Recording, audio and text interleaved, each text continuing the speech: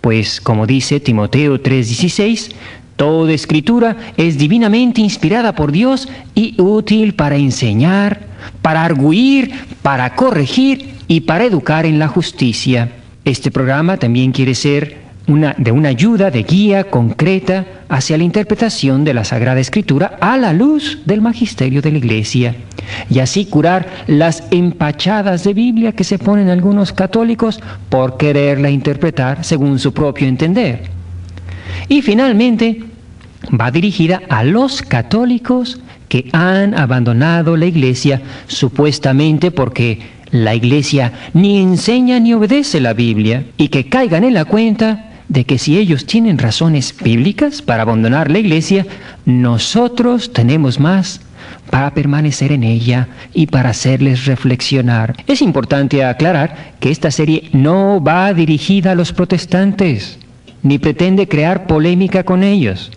Los protestantes tienen sus pastores que los escuchen a ellos. Ahora bien, los católicos, aunque hayan abandonado la Iglesia católica, siguen siendo católicos, porque el bautismo que recibieron en la Iglesia imprime un sello que nadie puede borrar. Yo, como sacerdote católico, tengo derecho a hablarle a esos católicos que se han ido, mientras tengan el sello del bautismo que recibieron en la Iglesia católica, siguen siendo del rebaño que a mí se me ha confiado pastorear. Por tanto, cuando hablo de los hermanos separados en esta serie, no me refiero a los protestantes, sino a los católicos, mis hermanos que se han separado de la Iglesia. Mi lema es: a los pastores respeto, a las ovejas cariño y a los lobos palos. Y en esta serie va a haber de todo eso. La Biblia dice la verdad porque es un libro inspirado por Dios. 2 Timoteo 3:6. Y sus autores escribieron movidos por el Espíritu Santo. 2 Pedro 1:21. Esto quiere decir que la Biblia es un libro único, pues fue escrita por dos autores a la vez. Un autor divino que inspira y un autor humano que es inspirado. La Biblia, en cuanto inspirada por Dios, no puede contener error, porque para que haya error son necesarias dos cosas: o que la persona se puede engañar o que quiere engañarnos. Y Dios no puede engañarse ni engañarnos. El Catecismo de la Iglesia Católica, en el número 107, nos enseña que, como todo lo que afirman los hagiógrafos, es decir, los autores inspirados, lo afirma el Espíritu Santo, se sigue que los libros sagrados enseñan sólidamente, fielmente y sin error la verdad que Dios hizo consignar en dichos libros para nuestra salvación. San Juan, en su primera carta, 1:13, dice: lo que hemos oído, lo que hemos visto con nuestros propios ojos, lo que contemplamos y palparon nuestras manos, tocando al Verbo de vida, testificamos y anunciamos. Mateo y Juan fueron compañeros de Jesús. Marco conoció a Jesús y era amigo de Pedro. Lucas recopiló muchos datos de testigos oculares, entre ellos de la Virgen María. Por lo tanto, pudieron decir la verdad. Segundo, los autores de la Biblia quisieron escribir la verdad. Se les brindó la oportunidad de librarse de la cárcel si callaban la verdad. Sin embargo, Pedro y Juan respondieron a los miembros del Sanedrín: nos es imposible callar lo que hemos visto y oído. Hechos 4:20. Escriben cosas que son desfavorables a ellos. Marcos era amigo de Pedro y sin embargo describe cómo éste negó al Señor. Marcos 14:16. San Pablo no niega, sino confiesa abiertamente: yo perseguí a la iglesia de Dios y quise aniquilarla. Gálatas 1:3. Las mentiras se dicen cuando se busca alguna ventaja.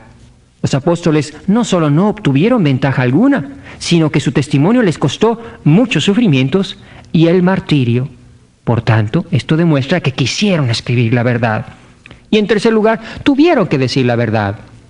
En Pentecostés se hicieron bautizar 5,000 personas. Cuando murió Juan, había alrededor de 300,000 cristianos. Es imposible haber engañado a todos.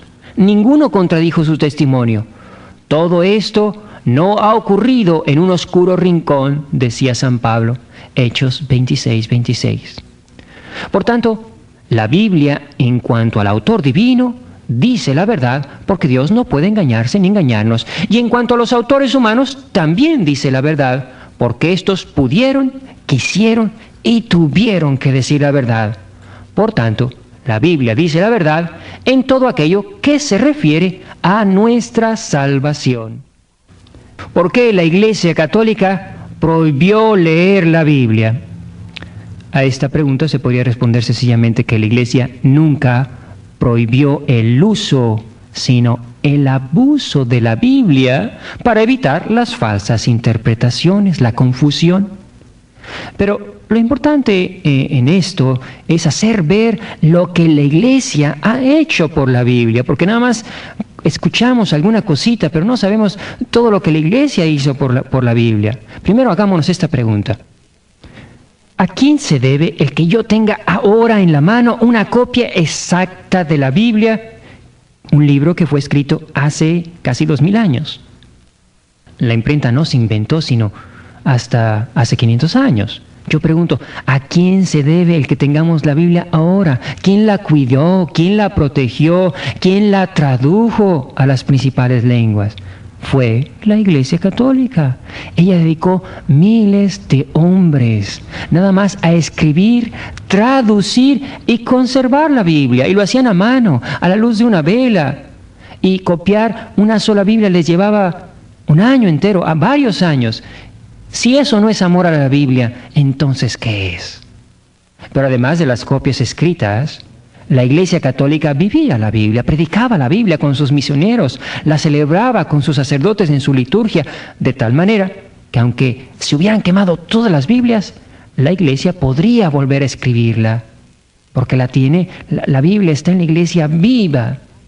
Ya en el año 382, el Papa Dámaso confió a San Jerónimo, el cual conocía el hebreo y el griego, la traducción de la Biblia al latín, que era la lengua de todos los países latinos. Y se llamó Vulgata porque era para divulgar, para el vulgo, para todos, porque la Iglesia quería que todos tuvieran la Biblia y que todos la pudieran leer. Por tanto, la única iglesia que divulgó la Biblia durante 1400 años fue la Iglesia Católica. Ahora bien, cuando se inventó la imprenta, Lutero en Alemania, Bicles en Inglaterra y otros más, se pusieron a hacer sus versiones de la Biblia. Y como una versión es una interpretación de la Biblia, entonces la Iglesia les puso el alto y prohibió en ciertas ciudades no la lectura de la Biblia, sino de esas versiones de la Biblia manipuladas para justificar sus doctrinas.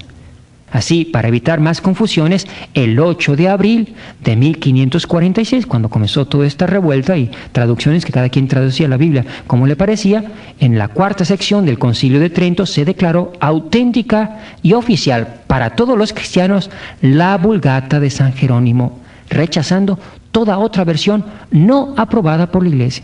Entonces, no estaba prohibiendo la lectura de la Biblia, sino la lectura de ciertas traducciones de la Biblia, lo cual es muy diferente. Lo que sí prohibió la Iglesia, prohíbe y seguirá prohibiendo, es toda interpretación personal, individual, divorciada del auténtico sentir de la Iglesia.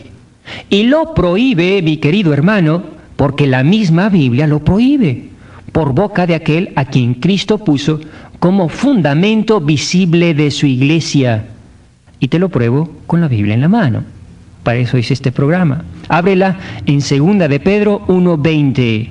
Ahí dice, pues debéis ante todo saber que ninguna profecía de la Escritura puede interpretarse por cuenta propia. Por tanto, la Iglesia, cuando prohíbe toda interpretación al margen de lo que la Iglesia cree y enseña, está obedeciendo la Biblia. Está diciendo lo mismo que decía Pedro ya al inicio de la Iglesia. Y todos aquellos que dicen que solo obedecen lo que dice la Biblia, se engañan, porque eso no enseña la Biblia. Es el mismo Cristo el que enseña que hay que obedecer a la Iglesia.